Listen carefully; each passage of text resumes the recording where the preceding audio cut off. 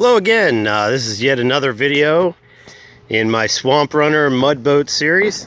In this video I'm going to show you a couple things that I've kind of purchased to make life easier or made to make life easier with the Swamp Runner.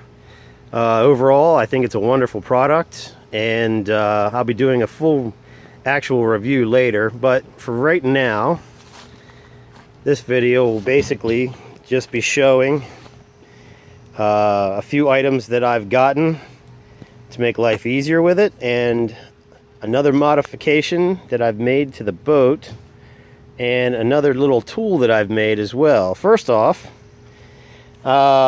this week I got one of these. This is a prop puller from SPS. They make the Swamp Runner, or they imported it into this country, I should say. This thing is extremely useful and helpful for getting a prop off. And I didn't get one initially because I figured that if I was changing a prop, it was because it was broken and I really could just use a hammer, and I didn't care if I was hammering a broken prop off. Well, that changed last week when I was trying to do some tests and trying to change out the prop, and it didn't want to come off. And this is the result.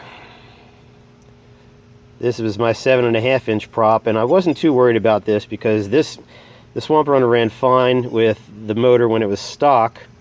So obviously I can go with a little bit bigger prop now that I have modified it. This is what happens when you try to get it off with a hammer. And this was with a plastic hammer as well. These props are very delicate, and if you hit anywhere near the blade, this will happen rather easily. So one of the things I suggest you get is, once you've purchased the Swamp Runner, you have to already be an owner in order to get one of these. They don't sell them to the general public.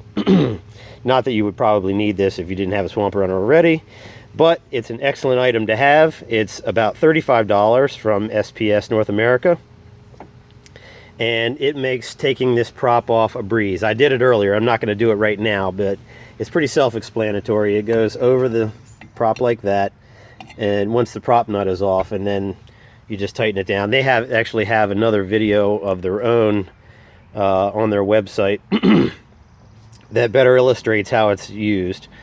And pick one up. If you have a Swamp Runner, get one of these after you have already purchased it.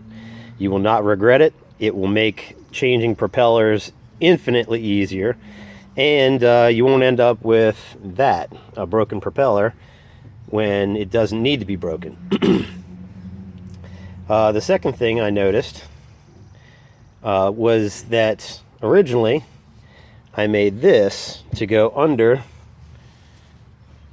the propeller shaft after it was strapped down going down the road, and I thought that would work. It seemed to be solid, but all it took was one bump in order to have this happen, and it was back down on the skeg on the bench. So, you know, necessity is the mother of invention, and today I did this little project. You'll notice I made this out of wood. The end of the propeller shaft goes in there, and then once it's in there, then you can go around with your ratchet rope and strap it down, and it holds it in place. This is much more solid, and the way I designed this, once you get to where you're going and get ready to put the boat in the water, all you have to do is take that off, and it folds down out of the way. No problems. This little eye hook, you would think that would be kind of uncomfortable, but we're going to use a foam seat pad on here, so you know your butt will be safe. Basically what I did, I just made a Y-shaped piece of wood. I used regular wood because that's what I had. I would prefer to have used plywood, but I didn't have any. I just made basically, it's about 6 inches long. I put it on a 90-degree cabinet hinge. I attached the cabinet hinge to the front of the wood part of the bench. You can see there, I cut a slot all the way down for the skeg and a U-shape cut out for the top of the boat. And then once it's in place, you put the eyelet through. That keeps it in place. And that is really solid. It's not going to fall out because the other one was just kind of sitting under there, so you'd hit a bump, it would temporarily loosen up and fall out.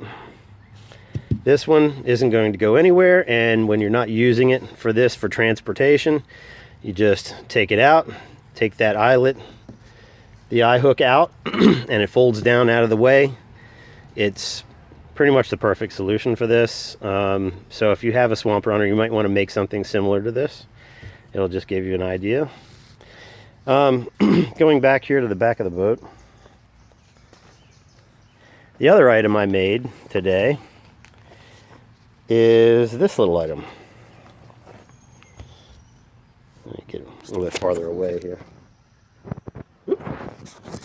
There we go. This is simply a stick I made so that when you're in the boat, I noticed that one of the things that you have to do is have the tiller up high enough in order to keep the prop down in the water. And so I made this. It's a monopod. You can see right there, this is 2 pieces of PVC pipe. One fits inside the other. Drilled a small hole in the outside one and ran a thumb screw in there. That keeps it in place so you can adjust the length of it. This is about 1 foot long, fully compacted. It's about 2 feet long, obviously. The 2 pieces of PVC are 1 foot long each. Then I put this fitting on the end and then glued it to this fitting, which screws into what used to be a T-fitting. I cut the other part of the T-fitting, and now when you're going down the water, you can extend this to the length that you need, and that will support the end of the tiller, so you're not having to use your left arm to pull up on the tiller. You can just put that up there. Oh, and I also put a table foot that will keep it stable. It's not going to move anywhere. And then you can, once you get that under the tiller, you can just move it like that. It would actually be up here, but you know, it's kind of hard to hold the phone back far enough to get it in the picture, being that close. And you just adjust the length of that. And this just goes just to show over here. When say you're in the boat, you put that under there, adjust it for length, and then prop that under there, and that will take a lot of the stress off of having to use your other arm to push that up while you're manning the tiller. A couple other things that I've done that you might want to consider. One is that beautiful exhaust from SPS. That's also an exclusive item only for people who have bought the SPS. It sounds fantastic and it looks badass. I highly recommend you get one. Another item that SPS sells is this little item. This is a tachometer, and it's very simple to install. It comes with a battery. It has Velcro on there, so you can remove that. To attach this, you simply put it on there without Velcro. I routed the wire down here, and then it wraps around your coil wire. And this is very handy, so you can keep track of your revs. And it also, when the engine's not running, it's also an hour meter. You can see on there, I've had this on there for 1.9 hours of running time. It's also backlit, it's water resistant, and it's only $18, also from SPS, North America. Now that I've modified the engine, I'm waiting on a small drill bit set so that I can drill out the idle jet. I was having a little bit of sputtering back through the carb, which is generally an indication of a lean condition in the low end. So I'm going to drill that out a little bit. I'm running a .041 jet in this currently. The stock one, in case you're wondering, what comes in the 301 is it was a .38 is what came in this stock. Now, when you order, if you want to order a hop-up kit from NR Racing, right there, that's where I got my hop-up kit. They suggested that I use the GX 270 for the hop-up kit.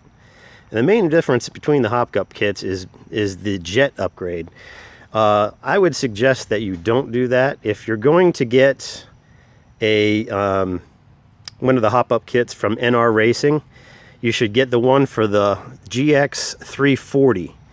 That would probably have a larger jet than came in this. The one that came with the one for the GX 270 was a .36, which is not an upgrade. It's smaller than the one that comes in this stock. So the other place that I ended up getting all of my jets. I got a jet variety pack, so to speak. I got that from old minibikewarehouse.com.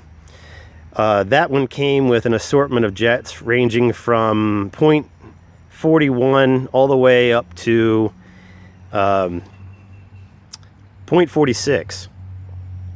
And I tried out some of the bigger ones, and it didn't want to rev up any bigger than about .43. So I tried it with .42, and it had just a little bit of that same issue. Also, I'm getting a little bit of valve float, so it tends to rev up to about $7,000, and then it can't go any higher because I still haven't put the valve springs that came with the hop-up kit in it. So I'm going to do that. I'm going to drill out the idle jet, and then I settled on the .41 idle jet or main jet for now. I might go back to try out the 42 and the 43. But just so you know, the Predator 301 comes with a .38 main jet stock. So if you get your hop-up kit from NR Racing, you want to get the one for the GX 340, not the GX 270, because you're going to get a jet that's supposed to be an upgrade, and it's actually smaller than the one that comes in this. The other modification I've done, you can see here, is that I've rotated the pull handle. That's why my Swamp Runner is no longer straight up and down, because I put that on before I realized that this makes your life a lot easier when you're in the boat. Before, it was, all you have to do this is take these screws out and then rotate them. There's various holes on here for just this very purpose. It's usually so if you're on a mini bike, you can rotate it up like that too and just pull straight up instead of having to try and pull forward while you're on a mini bike. It's also detrimental to try and pull this direction when you're sitting in a very narrow boat. And when you're sitting in a very narrow boat and trying to pull this way, it's a real pain in the butt. So basically all I did was take these 3 bolts out.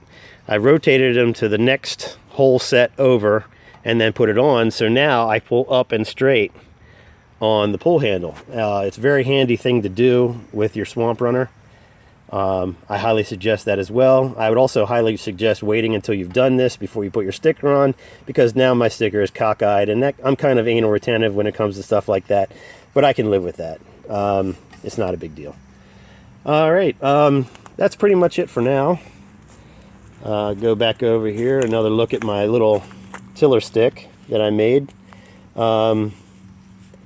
It's very easy to make. I think that it's self-explanatory. I shouldn't really have to tell people how to make this. It's just made out of PVC, and it just supports the tiller, and it gives you a little bit of upward pressure on the tiller to keep the back of the prop down more easily. Once again, another shot at the prop shaft stabilizer for travel that I made, and finally, the prop removal device from SPS North America. Get one of these. You won't regret it. And once again, this is the SPS Swamp Runner. It's a fantastic economical way to get on the water without spending a lot of money. And I suggest you get one. You won't regret it.